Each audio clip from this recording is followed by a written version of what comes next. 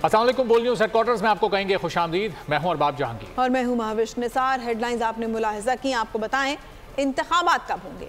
मुशावरत के लिए chief election commissioner ऐवान सदर पहुंच गए। सदर मुमलिकत से चीफ इलेक्शन कमिश्नर की मुलाकात। सुप्रीम कोर्ट ने इलेक्शन कमीशन को सदर मुमलिकत से मुशावरत का हुक्म दिया था। इंतखाबात कब होंगे, इसकी मुशावरत के लिए चीफ इलेक्शन कमिश्नर ऐवान सदर पहुंच गए हैं। सदर मुमलिकत से चीफ इलेक्शन कमिश्नर की मुलाकात हुई है। सुप्रीम कोर्ट ने आज इलेक्शन कमीशन को सदर मुमलिकत से मुशावरत का हुक्म दिया है। अदालत में चीफ इलेक्शन कमिश्नर की जानिब से 11 फरवरी की तारीख को बताया गया इलेक्शन के लिए, और ये कहा गया कि हम ये फैसला कर चुके हैं कि 11 फरवरी को इलेक्शन करवाने हैं, जिस पर अदालत की जानिब से कहा गया कि सदर मुमलिकत से मुशावरत की जाए।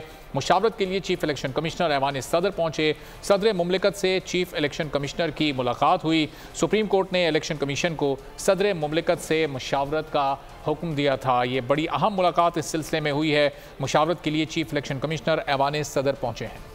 जी हाँ, बिल्कुल आपको बताएं कि चीफ इलेक्शन कमिश्नर ऐवान सदर पहुंच गए हैं। सदर मुमलिकत से मुलाकात हुई है। सुप्रीम कोर्ट ने इलेक्शन कमीशन को सदर मुमलिकत से मुशावरत का हुक्म दिया था। इंतखाबात के हवाले से आज अहम मुलाकात होना थी। Chief election commissioner, election commission का वफ्द और सदर मुमलिकत के दरमियान। मलिक सईद हमारे साथ हैं, उनसे इस बारे में जानते हैं। सईद, बताइएगा इस मुलाकात का अहवाल।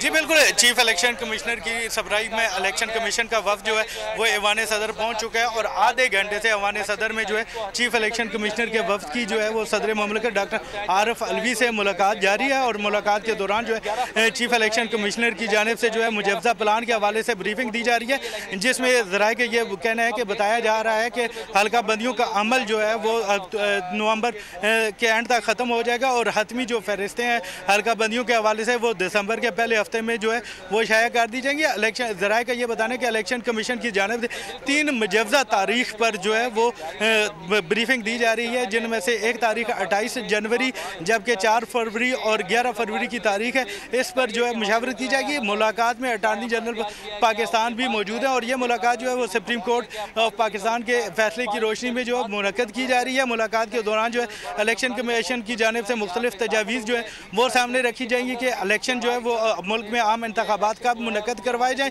और इस हवाले से जो हल्का बंदियों के अलावा मुख्तलिफ जो इंतज़ामी अमूर हैं उन पर भी जो है वो इलेक्शन कमीशन की जानिब से ब्रीफिंग की जाएगी।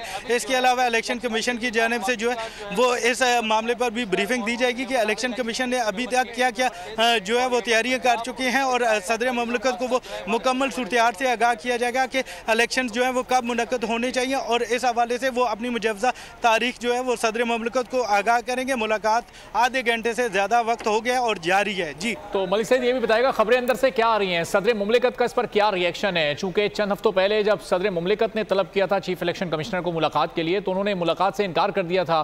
किस माहौल में हो रही है मुलाकात? जी बिल्कुल, ज़राए का यही बताना है कि एक समूथ माहौल में मुलाकात हो रही है। सदर की जानिब से वो खामोशी से ज़राए का यही बताना है कि ब्रीफिंग जो है वो ली जा रही है। सदर मुमलिकत की चीफ इलेक्शन कमिश्नर और उनके वफ्द से मुलाकात से पहले अटार्नी जनरल ऑफ पाकिस्तान के दरमियान मुलाकात हुई, जिसमें अटार्नी जनरल ऑफ पाकिस्तान की जानिब से सुप्रीम कोर्ट के फैसलों की तहरीरी कापी जो है वो सदर मुमलिकत को दी गई, और उन्हें जो है वो सुप्रीम कोर्ट में होने वाले केस के मुतालिक ब्रीफ किया गया। ज़राए का यही बताना है, जिसके बाद सदर मुमलिकत ने 5 बजे का वक्त दिया मुलाकात के लिए, और इलेक्शन कमीशन का वफ्द जो है वो तकरीबन 5 बजे यहाँ पे पहुँचा। उसके कुछ देर बाद मुलाकात शुरू होगी। अभी हम देख रहे हैं कि मुलाकात को तकरीबन 45 मिनट से ज़्यादा का टाइम गुजर चुका है, और इलेक्शन कमीशन की जानिब से ब्रीफिंग का अमल जारी है। अभी ज़राए का ये कहना है कि हतमी तौर पर कुछ नहीं कहा जा सकता कि कौन सी तारीख पर इत्तफाक़ राय होगा, ताहम मुख्तलिफ तारीखें जो हैं वो ज़ेर बहस आ रही हैं। ज़राए का यही कहना है कि इलेक्शन कमीशन की जानिब से जो 3 तारीखें दी हैं उनके हवाले से भी टेक्निकल मामला ज़ेर बहस आ रहे हैं।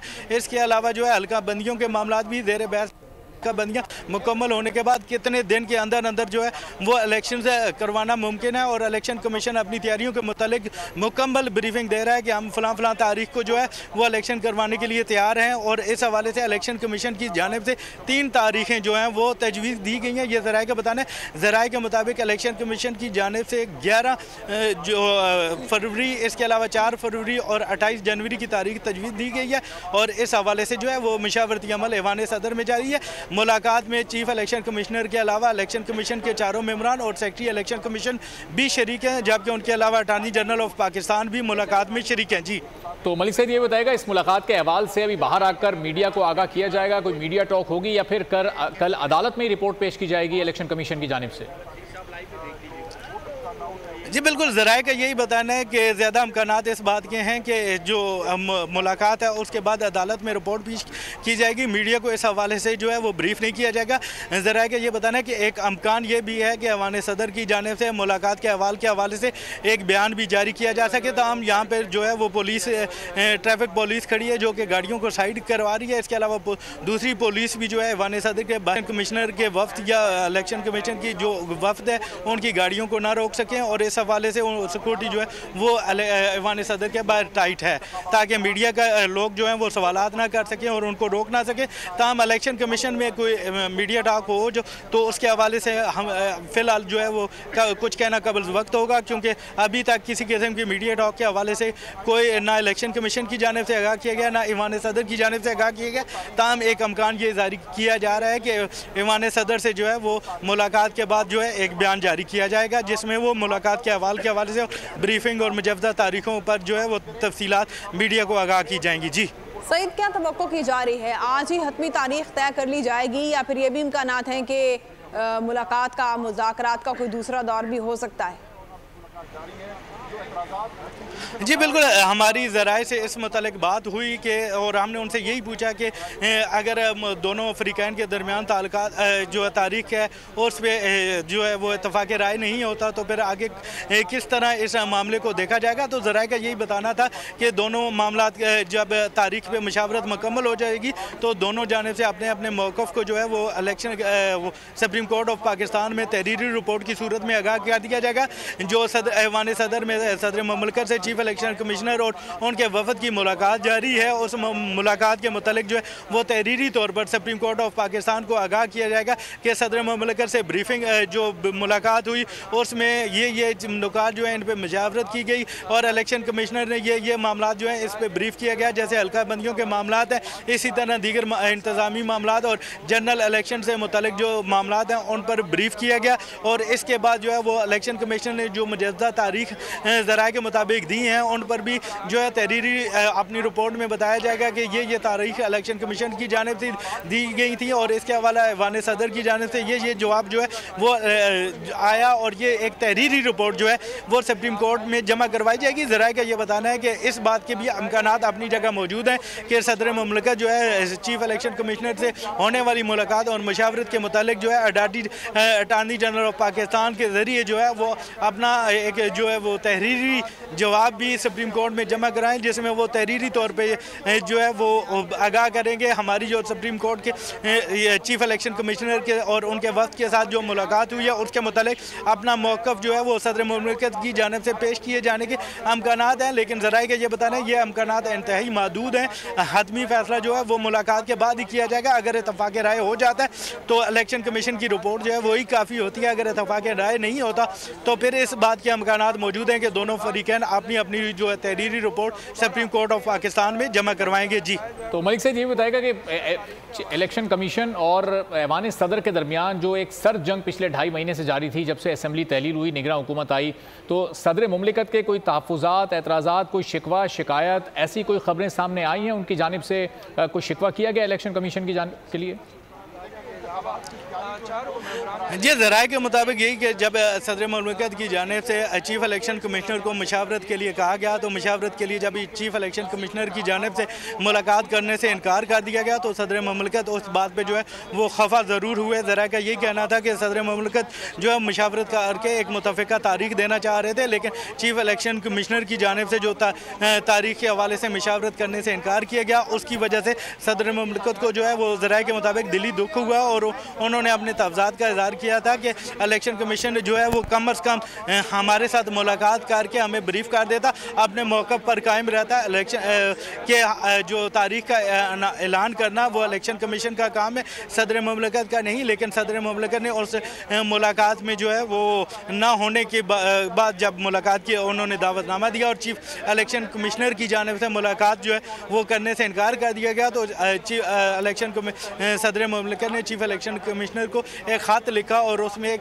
तारीख भी तजवीज़ दी गई थी कि इस तारीख को जो है वो आप इलेक्शन करवा दें, लेकिन इलेक्शन कमीशन की जानिब से किसी तारीख का ऐलान नहीं किया गया। जी ये भी बताइएगा, मुलाकात के बाद क्या मीडिया से गुफ्तगू होगी, कोई मीडिया ब्रीफिंग दी जाएगी, कोई क्वेश्चन आंसर का सेशन होगा मीडिया के साथ?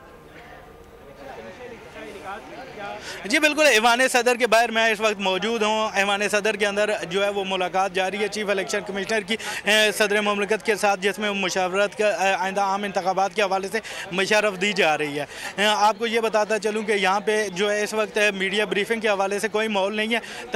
तकरीबन इस्लामाबाद का तमाम मीडिया यहाँ पर मौजूद है, ताम अमकानात नहीं है कि यहाँ पर मीडिया टाक हो। इलेक्शन कमीशन के बाहर अगर कोई मीडिया टाक होती है तो उस हवाले से कुछ कहना कब्ज़ वक्त है, ताहम ऐवान सदर के बाहर जो है अमकानात नहीं है। लेकिन ये भी एक मुमकिन हो सकता है कि सेक्रेटरी इलेक्शन कमीशन मीडिया को देख के उनको मुलाकात के हवाले से ब्रीफ करें। बहुत शुक्रिया मलिक सईद अवान, आगाह कर रहे थे। इलेक्शन कमीशन ने आम इंतखाबात के लिए 11 फरवरी की तारीख अदालत में पेश कर दी। सुप्रीम कोर्ट ने इलेक्शन केस में आज की समाअत का हुक्मनामा जारी कर दिया।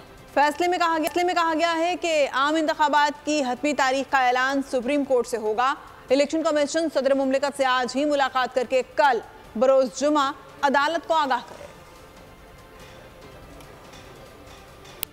आम इंतखाबात 11 फरवरी को होंगे। इलेक्शन कमीशन ने तारीख दे दी। चीफ जस्टिस ने रिमार्क्स दिए, इंतखाबात कब होना है ये आईनी खिलाड़ियों ने फैसला करना है। हम एक तनाज़ा ख़त्म करना चाहते हैं। इलेक्शन कमीशन सदर मुमलिकत से आज ही मुलाकात करके कल बरोज़ जुमा अदालत को आगाह करे। सुप्रीम कोर्ट में नवे रोज में इलेक्शन करवाने से मुतालिक दरखास्तों की समाअत हुई। चीफ जस्टिस काजी फाइज ईसा की सरबराही में 3 रुकनी बेंच ने केस की समाअत की। आज की समाअत का हुक्मनामा भी जारी कर दिया गया। PTI के वकील अली जफर ने दलाइल में कहा कि इंतखाबात नहीं होंगे तो न पार्लियामेंट होगी न कानून बनेंगे। इलेक्शन की तारीख देने का मामला आइन में दर्ज है। सदर असम्बली तहलील कर दे तो 90 दिन के अंदर की इलेक्शन तारीख देगा। चीफ जस्टिस ने इलेक्शन कमीशन से इस्तफसार किया, क्या सदर मुमलिकत सारे अमल में ऑन बोर्ड हैं? इस पर इलेक्शन कमीशन के वकील ने जवाब दिया, इलेक्शन कमीशन सदर से मुशावरत का पाबंद नहीं। जस्टिस अथर मनुल्लाह ने तंबी की, सोच समझ कर जवाब दें। आपका इदारा आईनी है, आप आइन की खिलाफ वर्जी की जिम्मेदारी ले रहे हैं। चीफ जस्टिस ने कहा, हम इलेक्शन कमीशन का काम खुद नहीं करेंगे मगर इन्हें पाबंद करेंगे कि हतमी तारीख पर आगे पीछे ना हो। वकील PTI अली जफर ने सदर मुमलिकत का खत पढ़कर सुनाया तो चीफ जस्टिस ने कहा, सदर के खत का मतन काफी मुबहम है, सदर ने अदालत से खुद क्यों नहीं रुजू किया।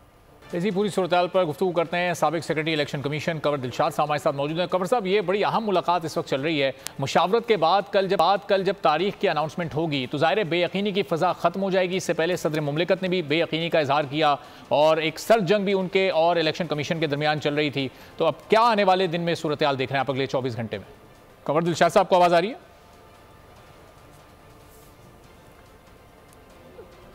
कंवर दिलशाद साहब से भी हम बात करेंगे। इस वक्त बड़ी अहम मुलाकात ऐवान सदर में जारी है जहां पर इलेक्शन कमीशन का वफ़द मौजूद है। सदर मुमलिकत से उनकी मुलाकात चल रही है, उनको ब्रीफिंग दी जा रही है। इंतखाबात की तारीख से मुताल्लिक आज अदालत में बड़ी अहम समाअत इस सिलसिले में हुई जहां इलेक्शन कमीशन की जानिब से बताया गया कि 11 फरवरी को वो इंतखाबात करवाने के लिए तैयार हैं और इसी सिलसिले में फिर अदालत ने हुक्म दिया कि सदर मुमलिकत से मुशावरत की जाए।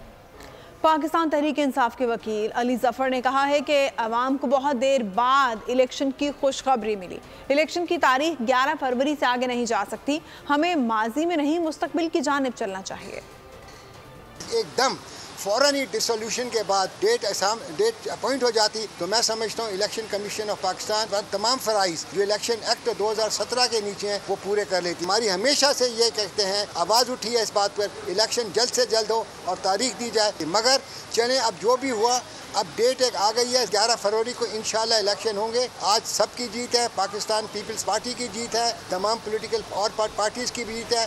दुनिया में कहीं ऐसा नहीं होता कि कोई शख्स ताहयात नाअहल हो जाए। ऐसा फैसला क्यों किया गया? नून लीगी रहनुमा आज़म नज़ीर तारड़ का सेनेट में इज़हार ख्याल। कहा, कानून बनाना पार्लियामेंट का इख्तियार है, मुस्बत कानून साजी का फ़ायदा सबको होना चाहिए। जब इस मोअज़्ज़ज़ ऐवान ने सेक्शन 232 इलेक्शन एक्ट को अमेंड किया, उसमें तय कर दिया गया उस कानून में कि जहां पे आइन किसी नाअहली की मुद्दत तजवीज़ करता है वो अपर लिमिट वो होगी, जहां पे आइन नहीं करता आइन में दी गई अपर लिमिट से आगे नहीं जाएगा। दुनिया में कहीं नहीं है कि कोई शख्स ताहयात नहल हो जाएगा। भाई ये कहां पे लिखा है और कहां से ये फैसला आया और इतना बदबूदार फैसला क्यों किया गया, इन वजूहात पे भी जाए। मेरे ख्याल में जो मुस्बत कानून साजी होती है जिसका भला फायदा प्रोसिक्यूट, ये हमारा इख्तियार है और ये हमारी इख्तियार रहेगा। स्टैंडिंग कमेटी को गया है, कल को हाउस में आएगा, हाउस जब तक इसे अप्रूव नहीं करेंगे ये कानून नहीं बनेगा। आम इंतखाबात की तारीख सामने आते ही लाहौर में पार्टी वर्कर्स मुतहरिक हो गए हैं। शहर में नून लीगी कारकुनान का राज है, हर तरफ आवाज़ है वज़ीर आज़म नवाज शरीफ। इस बारे में जानते हैं बोल न्यूज़ के नुमाइंदे मोइन जुबैर से। मोइन, बताइएगा सियासी वर्कर्स किस हद तक एक्साइटेड हैं ये खबर सुनकर? जी, लाहौर के जो सियासी वर्कर्स हैं वो काफ़ी ज़्यादा मुतहरिक हो चुके हैं। जैसे ही आम इंतखाबात की तारीख का ऐलान हुआ है, तारीख सामने आई है, तो अब आपको ये मनाज़र दिखाते हैं। लाहौर में सिर्फ नून लीगी वर्कर्स ही इस वक्त सामने नज़र आ रहे हैं और हर तरफ गूंज है तो वज़ीर आज़म नवाज शरीफ की। तो यहाँ पे लीगी वर्कर्स मौजूद हैं, उनसे जानते हैं। सर ये बताएं, क्लीन स्वीप करेगा पूरे मुल्क से शेर? इंशाल्लाह शेर मैदान में आ गया है। हमारे कायद फ़ख्र आलम इस्लाम मियां नवाज शरीफ साहब सुर्ख रूह होकर पाकिस्तान तशरीफ़ ले आए हैं। इंशाल्लाह ताला हमारी तैयारी मुकम्मल है और इंशाल्लाह हम इलेक्शन विन करेंगे। आप बताएं, वोटर कितना मुतहरिक है लाहौर का? अल्लाह की मेहरबानी से अल्लाह ताला ने इतनी करम हम पे किया कि हमारे कायद को, जिसको कहते थे कि उसने कभी पाकिस्तान आना ही नहीं, वो इतनी बड़ी तादाद में लोगों के झुरमट में पाकिस्तान आया कि लोगों की गिनती ख़त्म हो गई। 11 फरवरी को किसका है वोट? इंशाल्लाह वोट शेर का है। हम तो बड़ी बेसब्री से इलेक्शन का इंतज़ार कर रहे थे, तो इलेक्शन कमीशन ने 11 फरवरी डेट अनाउंस किया है, तो अवाम अपने वोट की ताकत से बताएंगे कि हुकूमत करने का और पाकिस्तान का असली वज़ीर आज़म मियां नवाज शरीफ है। आप बताएं सर, वोट किसका? बहुत शुक्रिया मोइन, आगाह कर रहे थे। अहम खबर आपको दें, सदर मुमलिकत और इलेक्शन कमीशन के दरमियान मुशावरत मुकम्मल हो गई है। इंतखाबात की तारीख के हवाले से अहम मुशावरत जारी थी और ये मुकम्मल होने के बाद अब attorney general, chief election commissioner और मेंबरान इलेक्शन कमीशन ऐवान सदर से रवाना हो चुके हैं। मजीद जानेंगे बोल न्यूज़ के नुमाइंदे मलिक सईद आवान से। मलिक सईद, बताइएगा ये वफ्द वापस जा चुका है, क्या खबरें आ रही हैं अंदर से?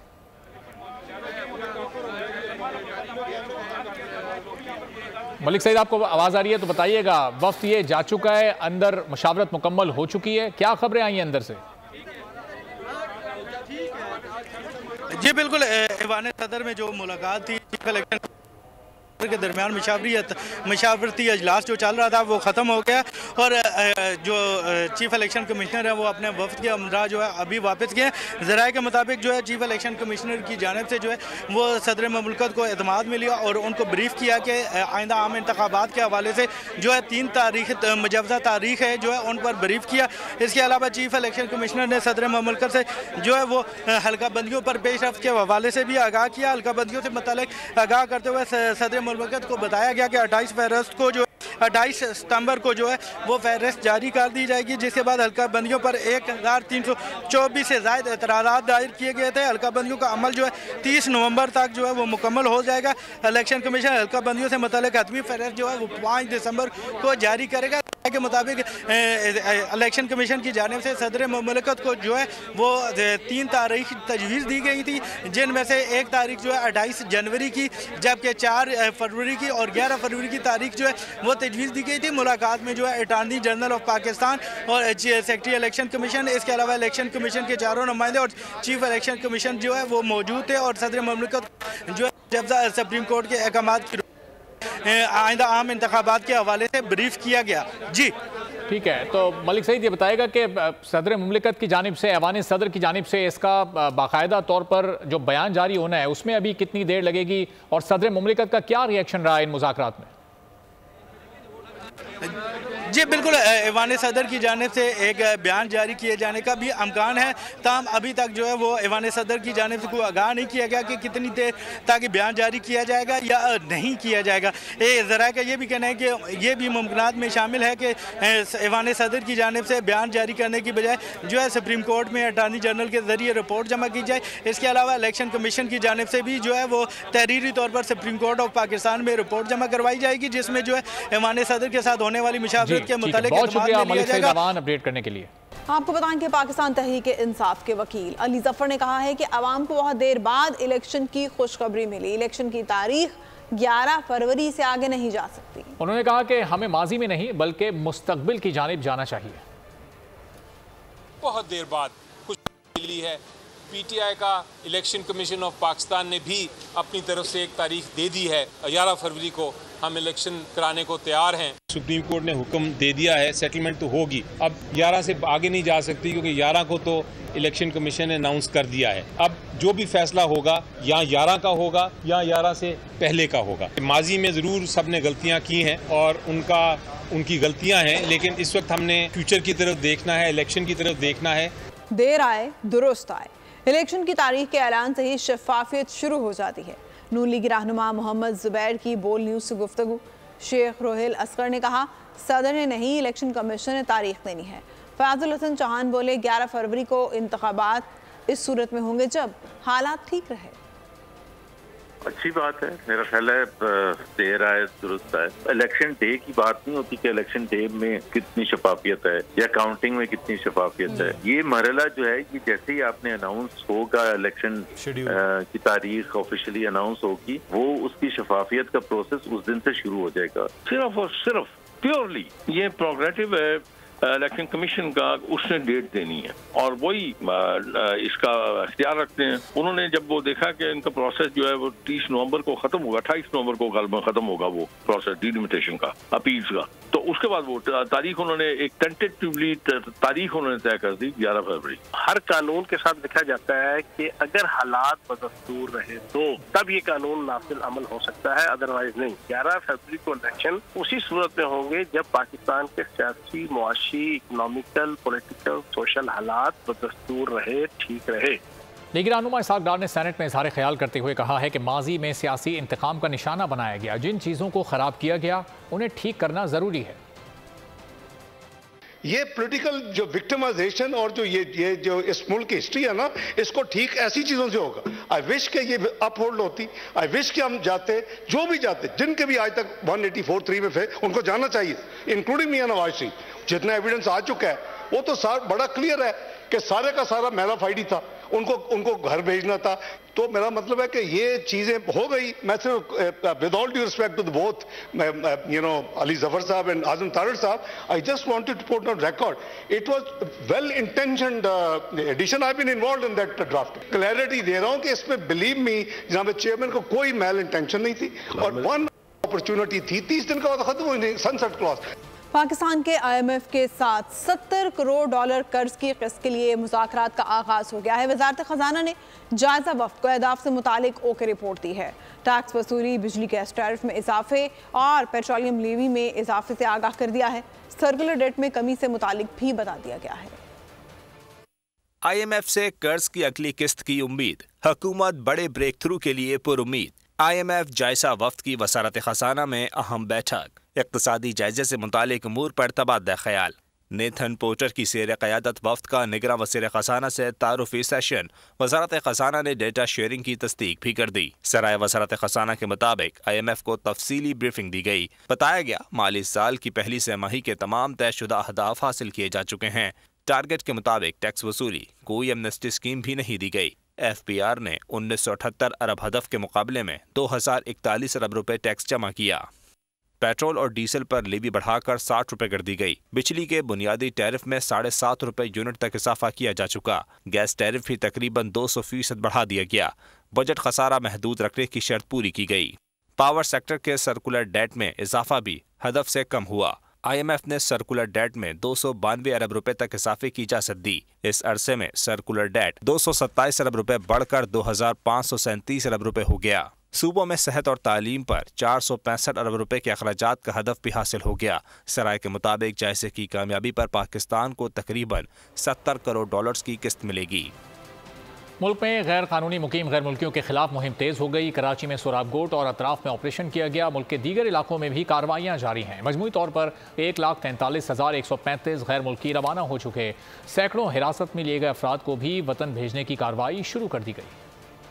गैर कानूनी कयाम नाकाबिले कबूल। मुल्क भर में कानूनी दस्तावेजात ना रखने वाले गैर मुल्कियों के खिलाफ एक्शन जारी। कराची समेत मुल्क भर में सैकड़ों गिरफ्तार अफराद को ट्रांजिट कैंप्स में मुंतकिल कर दिया गया। वजारत दाखिला की जानिब से जारी एलामिये के मुताबिक पाकिस्तान से रजाकाराना वापस जाने वाले अफराद की तादाद 1,40,322 है। दूसरी तरफ कोयटा और पेशावर से भी अफगान बाशिंदों की रजाकाराना वापसी जारी है, जबकि हिरासत में लिए गए अफराद को भी वतन भेजा जा रहा है। उधर अटक शहर और गिरदोनवा से गैर कानूनी अफगान महाजरीन की वतन वापसी का सिलसिला रात गए से जारी है। जिला भर से ऑपरेशन के दौरान 200 से जायद गैर कानूनी महाजरीन को ट्रांजिट कैंप में मुंतकिल किया गया। लाहौर समेत पंजाब में भी रात भर गैर कानूनी मुकीम अफराद के खिलाफ कार्रवाई जारी रही। सैकड़ों अफराद को हिरासत में लेकर ट्रांजिट कैंप्स मुंतकिल किया गया। तारकीन वतन को बाइज्जत तरीके से रवाना किया जा रहा है। बलोचिस्तान के निगरान वज़ीर इत्तलात जान चकसई ने मनफी अनासिर प्रोपेगेंडा मुस्तरद कर दिया। कहते हैं तारकीन वतन की वापसी पर अफगान हुकूमत से राब्ते में हैं। गुज़िश्ता रोज़ चमन एग्जिट पॉइंट पर 10,000 लोग रज़ाकाराना तौर पर पहुँचे। तमाम इदारे इंक्लूडिंग पुलिस की ये कोशिश है कि हम कम से कम लोगों को कस्टडी में लें और हम जो है कोई ऐसा माहौल क्रिएट ना करें जिसमें ये तासुर हो कि खुदा न खास्ता हमारे इदारे कोई ज़्यादती कर रहे हैं। हमने ये यकीनी बनाया है कि हम गैर तारकीन वतन को वॉलंटियरली हम उन्हें परसुएट करें और वो वॉलंटियरली अपने घरों को जाएं और अल्हम्दुलिल्लाह इसमें हमें बड़ी कामयाबी हो रही है।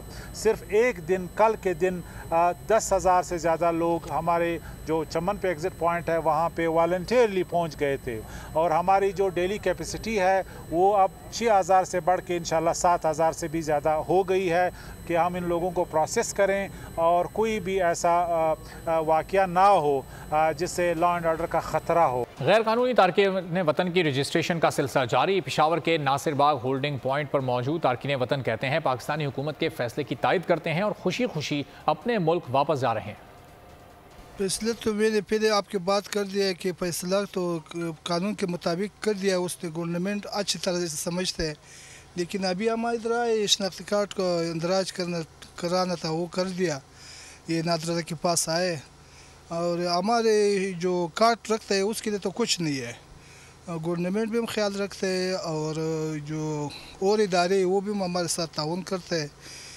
जो कार्ड नहीं रखते वो तो खामखा जाना पड़ेगा, वो तो जाना पड़ेगा। सिंध में गैर कानूनी तौर पर मुकीम अफगानों की तादाद कितनी है, क्या मसाइल पैदा हो रहे हैं, जानते हैं साथी एंकर माविश निसार से।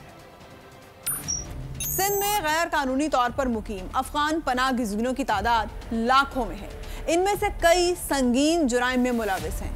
अंदरूनी सिंध और कराची की जेलों में अफगान कैदियों की एक बड़ी तादाद मौजूद है। नजर डाली जाए तो सिंध की जेलों में अफगान कैदियों की तादाद 661 है, जबकि कराची में यह तादाद 656 है। आदाद शुमार के मुताबिक सेंट्रल जेल हैदराबाद में 2, सखर में 3, लाड़काना में 7, खैरपुर में 4, मीरपुर खास में 2, विमेन जेल में 2, बदीन जेल में 27, सांगड़ में 5, घोटकी में 4, जबकि शिकारपुर में 3 कैदी मौजूद हैं जो सरकारी खजाने पर अच्छा खासा बोझ हैं।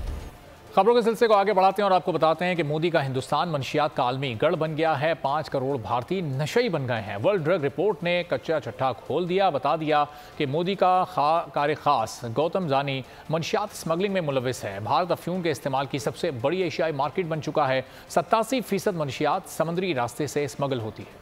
मोदी का नशे में धुत हिंदुस्तान, मंशियात की लत का शिकार, 5 करोड़ से शायद इंसान, दावा शाइनिंग इंडिया का, मगर हकीकत इसके बरखिलाफ। वर्ल्ड ड्रग रिपोर्ट ने पूरा कच्चा चट्टा खोल दिया। मोदी का कार खास गौतम अडानी मंशियात स्मगलिंग में मुलविस। भारत अफ्यूम के इस्तेमाल की सबसे बड़ी एशियाई मार्केट बन गया। भारतीय नारकोटिक्स कंट्रोल बोर्ड के आदाद शुमार ने भी बिगड़ती सूरत हाल की तस्दीक कर दी। बताया 1 करोड़ 10 लाख भारतीय अफ्यूम के नशे के आदी हैं। जनूबी एशिया के 90% और दुनिया के 34% अफ्यून के आधी अफराद हिंदुस्तानी हैं। वर्ल्ड ड्रग रिपोर्ट के मुताबिक मोदी सरकार पाकिस्तान से मंशियात स्मगलिंग का वावेला मचाती है। हकीकत यह है कि 87% मंशियात समंदरी रास्ते से स्मगल होती हैं। अफगानियों को क्रिस्टल मिथ की तैयारी का तरीकाकार भी भारतीय फार्मा कंपनियों ने सिखाया। साबिक भारतीय वज़ीर खजाना चिदम्बरम भी मामले में मोदी सरकार पर बरस पड़े। कहा, हुकूमती सरपरस्ती के बगैर मंशियात की इतनी बड़ी खेप मंदरा पोर्ट से क्लियर नहीं हो सकती।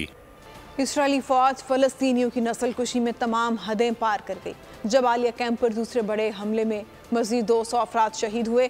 शहादतों की मजमूई तादाद 8,900 तक जा पहुंची है। अल कुदस अस्पताल के करीब भी एक और सफाकाना हमला किया गया।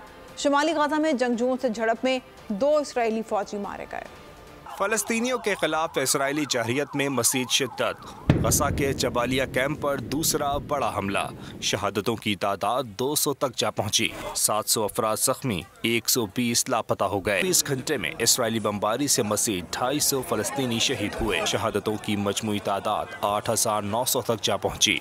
इस्राएली तैयारों ने अल नसर स्ट्रीट पर बेकरी के सामने जमा अफराद पर बम गिरा दिया। इमदादी कार्रवाइयों के लिए जमा अफराद और एम्बुलेंसों को भी मिसाइलों से निशाना बनाया। वस्ती गजा पर बमबारी में एक ही खानदान के 8 अफराद शहीद हो गए।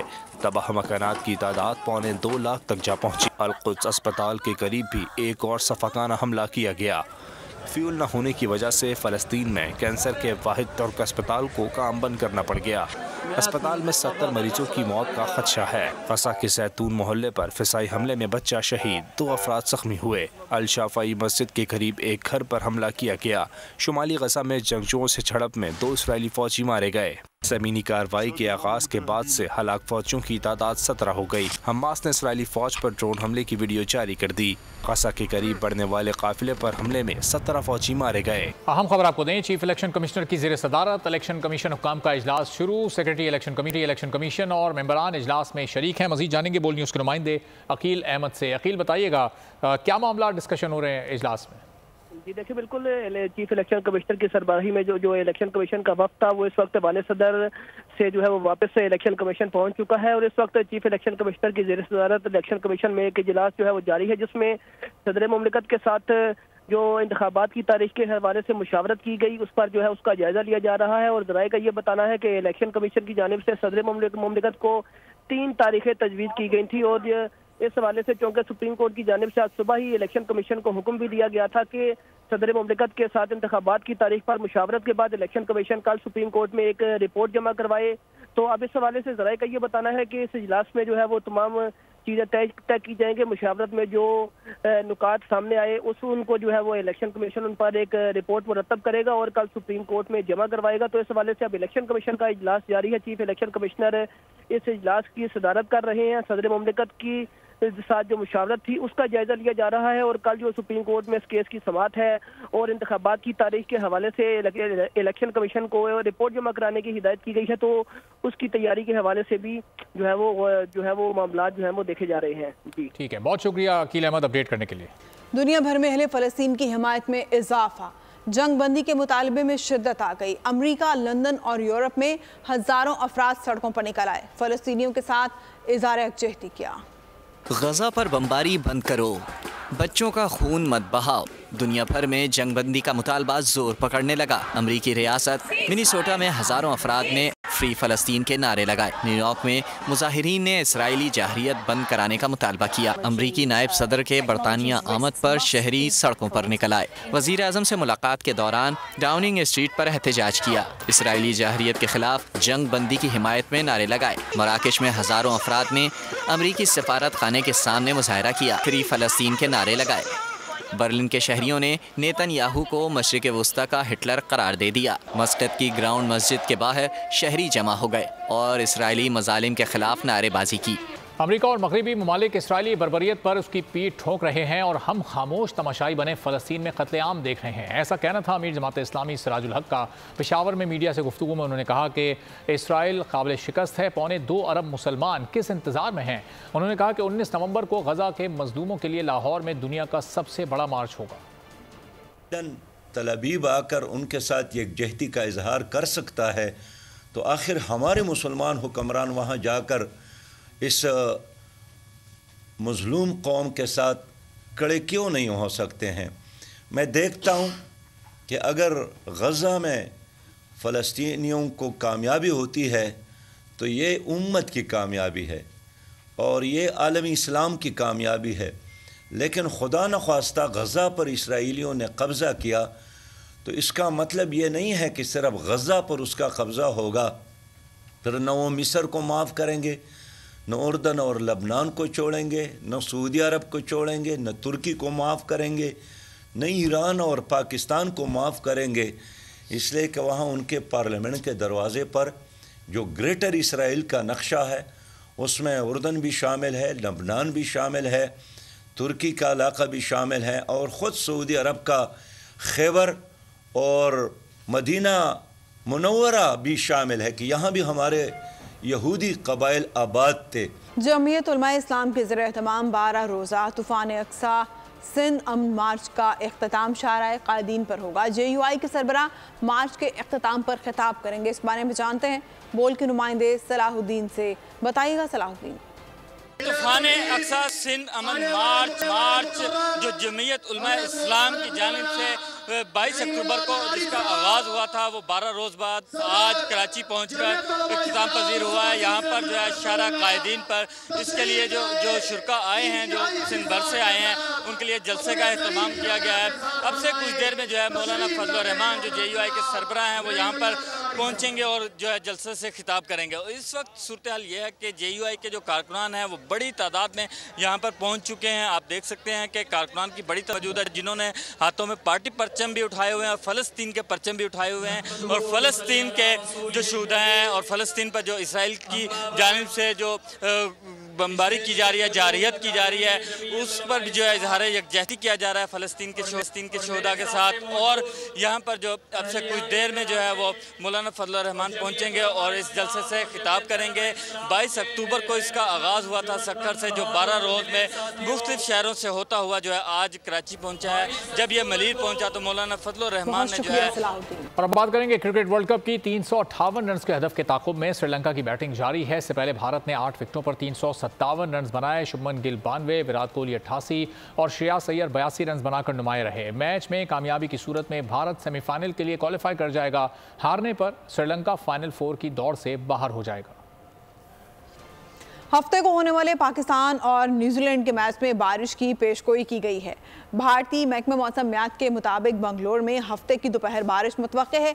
हफ्ते को पाकिस्तान और न्यूजीलैंड का मैच सुबह 10 बजे शुरू होगा। वर्ल्ड कप में पाक न्यूजीलैंड मैच मुकाबले में ग्रीन शर्ट्स की फतह बेहद जरूरी। फाइनल 4 तक रसाई का इम्कान बढ़ेगा। मार्के में बिन बिलाए मेहमान की एंट्री भी मुतवक्के। Across the line, across the spin and over the fence for the first 6 of the day. भारतीय महकमा मौसमियात के मुताबिक हफ्ते को बेंगलोर में दिन 2 बजे 70 से 80% बारिश का इम्कान है। पाकिस्तान को न्यूजीलैंड से सिर्फ जीतना ही जरूरी नहीं, बड़े मार्जिन से कीवीज को शिकस्त देना होगी। 84 रन से फतह ग्रीन शर्ट्स को ब्लैक कैप से रन रेट बेहतर कर देगी। मैच वॉश आउट हुआ तो टीमों को 1-1 पॉइंट मिलेगा। वॉश आउट की सूरत में नेट रन रेट पर कोई असर नहीं पड़ेगा। जनूबी अफ्रीकी बैटर क्वांटन डिकॉक ने शानदार कारकर्दगी से क्रिकेट वर्ल्ड पर धाक बिठा दी। मेगा इवेंट में अब तक 4 सेंचुरीज स्कोर कर चुके हैं। 7 मैचेस में 545 रन 77.85 की औसत से बनाकर डिकॉक टॉप पोजीशन पर हैं। बॉलर्स कैटेगरी में शाहीन शाफरीदी 16 शिकार के साथ दूसरे नंबर पर हैं। वर्ल्ड कप की टीमों में एक से बढ़कर एक टॉप परफॉर्मर मौजूद। मैच विनिंग परफॉर्मेंस के लिए एडी चोटी का लगा रहे हैं जोर। डिकॉक ने सबको पीछे छोड़ दिया। 7 इनिंग्स में 545, 174 रन बेहतरीन स्कोर। 112.60 के स्ट्राइक रेट से बनाए गए रन्स 4 सेंचुरी से सजे थे। उनके बल्ले से टकराकर बॉल 54 बार बाउंड्री लाइन से बाहर गई। 18 मौकों पर गेंद ने फिजाई रूट इस्तेमाल किया। टॉप बैटर्स में विराट कोहली 442 रन के साथ दूसरे नंबर पर है। 415 रन बनाने वाले रिचन रोहिंदर की तीसरी पोजीशन है। बॉलर्स की लिस्ट में श्रीलंका के दलशान मदो शनाका 22 विकेटों के साथ पहले नंबर पर हैं। 16 शिकार के साथ शाहीन आफरीदी की दूसरी पोजीशन है। जनूबी अफ्रीका के मार्को जेनसन का तीसरा नंबर है। जालसाजों से होशियार, जामशोरों में जाली शादियों का नेटवर्क भोले भाले शहरियों को ठगने लगा। पुलिस ने कुछ मुल्जिमान को हिरासत में ले लिया मगर खतरा अभी टला नहीं है। अरमान अहमद की रिपोर्ट। भोली सूरत दिल के खोटे, इन मासूम शक्लों पर ना जाएं। क्योंकि दिलों में शैतान छुपाया है। जामशोरों में ये लड़कियां शादी के 2 रोज बाद ही रफू चक्कर हो जाती हैं और मालो जर भी साथ ले जाती हैं। कोटरी के शहरी सुबान भी जाली शादी नेटवर्क का शिकार हुआ। में रहता हूँ और ये लोग फराडी एक टोला है, शादी के नाम से फराड करते हैं, 2 नंबर निकाह करवाते हैं, 2 नंबर रिश्ते बताते हैं आपस में। मेरे साथ 2 लड़की ने शादी की थी, भट्टी मोहम्मद इस्माइल की बेटी थी। इस वक्त उसका नाम अन्नम है और वो रजब जतोई की बेटी है, अबड़ों की बेटी है। और जो लड़कियों ने रिश्ता करवाया, इसकी बहन आई थी किरण, वो इस वक्त शाहिदा है, वो उसका कोटड़ी में घर है, वो जतोई है। मुतासिरा शख्स की शिकायत पर कानून हरकत में आया। सादा लू शहरियों को लूटने वाले कुछ मुल्जिमान धर लिए। 420 में माना ये मुलस हैं, एक मुल्जिमा गिरफ्तार किए और उसने इंकशाफ किया। हमारे साथ और भी हैं, उनकी गिरफ्तारी के लिए हमने छापे मारे हैं। पुलिस के मुताबिक ये गिरोह जाली शादियों के जरिए अब तक कई अफराद को लूट चुका है। एक कार्रवाई में कुछ गिरफ्तारियां अमल में आईं, जबकि बाकी मुल्जिमान फरार हो गए, लिहाजा होशियार रहिए। जनूबी पंजाब में खेलों के बड़े मुकाबले की तैयारियां उरूज पर पहुंच गईं। तालबात स्कूल ओलंपिक गेम्स की मशल लेकर पहुंचने पर बहुत पुरजोश हैं। तफसीलात जानेंगे खिजर हबीब बलोच की रिपोर्ट में। दुनिया में वही कौमें तरक्की करती हैं जो खेलों में आगे होती हैं। तीसरी स्कूल ओलंपिक गेम्स की मशल जब लिया पहुंची तो तालिबात का जज्बा दीदनी था। पुरजोश तालिबात ने ओलंपिक मशल के साथ सड़क पर दौड़ लगाई। ओलंपिक गेम्स से कबल लिया के स्कूल में मुनक़िदा तकरीब के मौके पर मुख्तलिफ टैबलोज भी पेश किए गए। भावलपुर में स्कूल ओलंपिक गेम्स का आगाज़ 6 नवंबर से होगा। लिया की तालिबात भी ओलंपिक में शिरकत के लिए पुरजोश हैं। खेल ही बच्चों की जिस्मानी और जहनी नशोनुमा का सबब बनते हैं। लिया की तालिबात को भावलपुर में शुरू होने वाले ओलंपिक गेम्स का बेसब्री से इंतजार है। खिजर हबीब बलोच, लिया, बोल पाकिस्तान। जरा नम हो तो ये मट्टी बड़ी जरखेज है साकी। ओकाड़ा की काबिल फ़ख्र होनहार 2 बेटियां तालीमी मैदान में छा गईं। बैनुल-अक़वामी सतह पर गोल्ड मेडल्स और स्कॉलरशिप्स हासिल करके वालिदैन और मुल्क का नाम रोशन कर दिया। अब्दुल वहीद की रिपोर्ट। कुछ कर गुजरने का जज्बा इंसान को फर्श से अर्श पर पहुंचा देता है। ओकाड़ा की खुशकिस्मत पुलिस कांस्टेबल अब्दुल्ला की दोनों बेटियों ने आलमी सतह पर तालीमी मैदान में गोल्ड मेडल्स और स्कॉलरशिप हासिल करके न सिर्फ मुल्क का नाम रोशन किया बल्कि अपने वालिदैन का भी सर फख्र से बुलंद कर दिया। अस्सलाम वालेकुम, मेरा नाम निशा अब्दुल्ला है। बिलाशुबा मेरी इस कामयाबी के पीछे मेरे वालिदैन का हाथ है, मेरी टीचर्स का हाथ है, जिनकी अनथक मेहनत की वजह से आज मैं यहाँ पर हूँ। मेरा नाम आयशा अब्दुल्ला है और मैंने कैट्सो इंटरनेशनल इवेंट्स में गोल्ड मेडल विन किया है। इस कामयाबी का सारा क्रेडिट जो है सबसे पहले तो अल्लाह ताला को ही जाता है, ये अल्लाह ताला का ही करम है। और उसके बाद मैं ये सारा क्रेडिट जो अपनी मदर को और अपने फादर को इनको देना चाहती हूँ, इस चीज़ का क्रेडिट, और मेरी टीचर्स को जिन्होंने की अनथक मेहनत की वजह से मैं आज इस मुकाम पर हूँ। कांस्टेबल अब्दुल्ला और उनकी होनहार बेटियां पाकिस्तान का फख्र हैं। मेरा नाम अब्दुल्ला और मैं पुलिस में कांस्टेबल हूँ। अल्लाह ताला का शुक्र है कि आज मुझे यह दिन देखना नसीब हुआ कि मेरी बच्चियों ने कामयाबी हासिल की है और मैं बहुत ज़्यादा खुश हूँ। इनकी मेहनत और इनकी टीचरों की मेहनत की वजह से आज अल्लाह ताला ने यह दिन दिखाया। मेरा नाम रिफ़त शाहीन है और मैं गवर्नमेंट टीचर हूँ। मुझे अल्लाह ताला का लाख लाख शुक्र है कि मेरी दोनों बेटियों ने कामयाबी हासिल की और गोल्ड मेडल लिए। एक ने कनाडा से लिया, दूसरी ने अमेरिका से लिया। आज वतन अजीज़ को आयशा और इंशा जैसी बेटियों और बेटों की सख्त ज़रूरत है। अभी आपको अहम खबर देंगे। चीफ इलेक्शन कमिश्नर की जानिब से सदर मुमलिकत को खत भेज दिया गया है, जिसमें इंतखाबात के लिए 11 फरवरी की तारीख तजवीज़ कर दी गई है। इसी खबर की तफसील जानेंगे बोल न्यूज़ के नुमाइंदे अकील अहमद से। अकील, बताइएगा क्या लिखा गया खत में? जी देखें, चीफ इलेक्शन कमिश्नर की जानिब से सदर मुमलिकत डॉक्टर आरिफ अलवी को एक खत लिखा गया है इंतखाबात की तारीख के हवाले से। और चीफ इलेक्शन कमिश्नर की जानिब से जो आम इंतखाबात हैं वो 11 फरवरी को करवाने की जो है वो तजवीज़ दी गई है। इस हवाले से बाज़ाब्ता तौर पर खत जो है वो सामने आ चुका है, जिसमें चीफ इलेक्शन कमिश्नर की जानिब से ये कहा गया है कि सुप्रीम कोर्ट की जानिब से ये हिदायत की गई है कि सदर मुमलिकत के साथ मुशावरत के बाद इंतखाबात की तारीख का ऐलान किया जाए। तो अब आइंदा आम इंतखाबात की तारीख के लिए इंतखाबात के लिए मौजू तारीख जो है वो 11 फरवरी की बनती है। तो सदर मुमलिकत इस हवाले से जो है ना मुलाकात के बाद हतमी तारीख का जो है हतमी तारीख के हवाले से मुशावरत करें। तो अब इस हवाले से जो चीफ इलेक्शन कमिश्नर की जानिब से लिखा हुआ खत जो है वो सामने आया है और उसमें चीफ इलेक्शन कमिश्नर ने बाज़ाब्ता तौर पर जो अब आइंदा इंतखाबात हैं उनकी तारीख 11 फरवरी जो है वो तजवीज़ की है और इस हवाले से सदर मुमलिकत को खत भी लिख दिया गया है। जी तो अकील बताएगा अब सदर मुमलिकत का जवाब क्या आज ही सामने आएगा, चूंकि कल पेशी है, कल समाअत है और फिर अदालत में रिपोर्ट जमा करानी है इलेक्शन कमीशन को?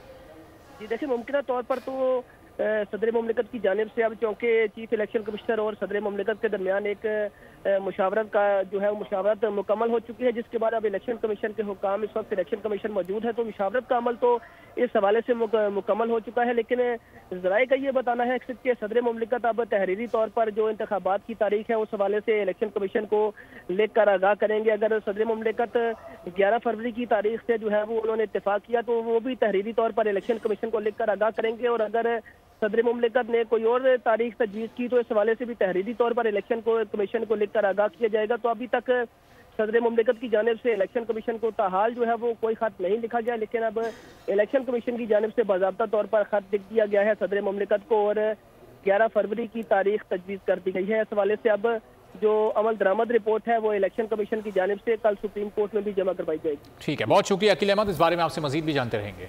बोल न्यूज़ हेडक्वार्टर से फिलहाल इतना ही। किसी भी खबर की तफसीलात के लिए विजिट कीजिए bolnews.com और देखते रहिए बोल न्यूज़।